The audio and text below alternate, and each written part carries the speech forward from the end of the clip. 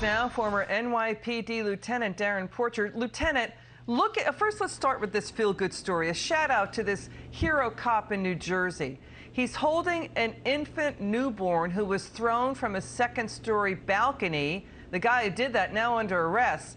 This is such a great story about a wonderful cop. There are so many good cops across the country doing things like this. What do you say? I'll tell you, this is the normal course of action for police officers. However, we don't see it. In the wake of the liberal media, all we see is police officers doing things that people perceive as inappropriate. But police officers are public servants, so saving a baby, doing right by the community is a natural order of policing. You know, Lieutenant, the FBI is set to release, possibly on Monday, new data that shows 2020 was the highest single-year spike in U.S. murders since 1960. We're talking 29%. 1960 was when they began keeping records. Let's watch the media downplaying violent crime sweeping the nation. They dismissed it. Watch. This silly narrative about our cities, calling them anarchist, is preposterous to me. As you know, image after image on Instagram yesterday in Central Park and all over New York with people like walking their dogs. Like, this doesn't seem like anarchy to me. Democratic cities are in chaos right now. It's rising as they defund police. Oh my gosh, it's so bad, and they are defunding police. That sounds beyond out of touch. It just sounds so brazenly ignorant and hurtful. What do you say?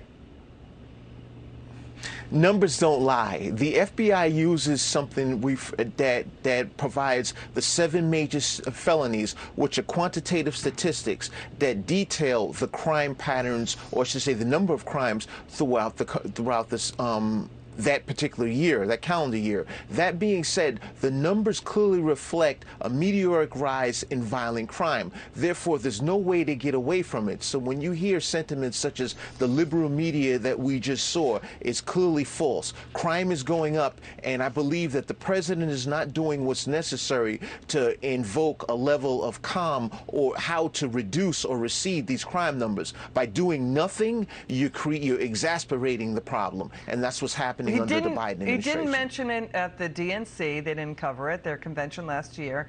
Nothing in the inaugural address or the address to the joint session of Congress. Let's show the murder rates going up in cities across the country as we talk about this, defund the police. Austin, Texas is one example.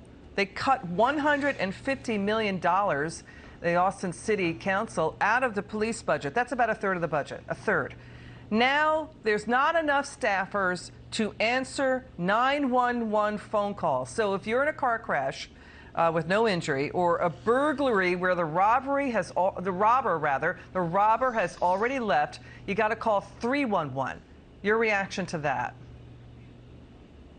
This is a classic sentiment of the liberal left. The mayor of Austin, Texas, is a Democrat, and he, like a lot of the other Democratic mayors, believes in this notion of, I don't want to say defunding police, but reseating police, and as a result, the public is suffering. We don't have enough police resources. Police resources are being stretched thin, and the liberal Democrats don't understand the carnage that's subsequently backlashing into these communities. You know, there's a pushback in the concept. It's, we've talked to Democrats who say this isn't true. It's not Democrat-run cities. It's not Democrats' fault.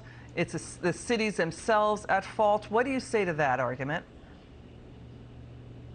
I say the numbers don't lie. When you look at the quantitative statistics, when you look at the democratically controlled cities in the United States, you clearly see a meteoric rise in crime. It's very different when you look to the Republican-led cities. That being said, it's not hard to figure this out. It doesn't take a rocket scientist. All you need to do is put in place precision policing, and that's what's going to drive down the numbers. However, the Democratic mayors throughout the country don't understand that. Never mind, also thousands of cops assaulted every year.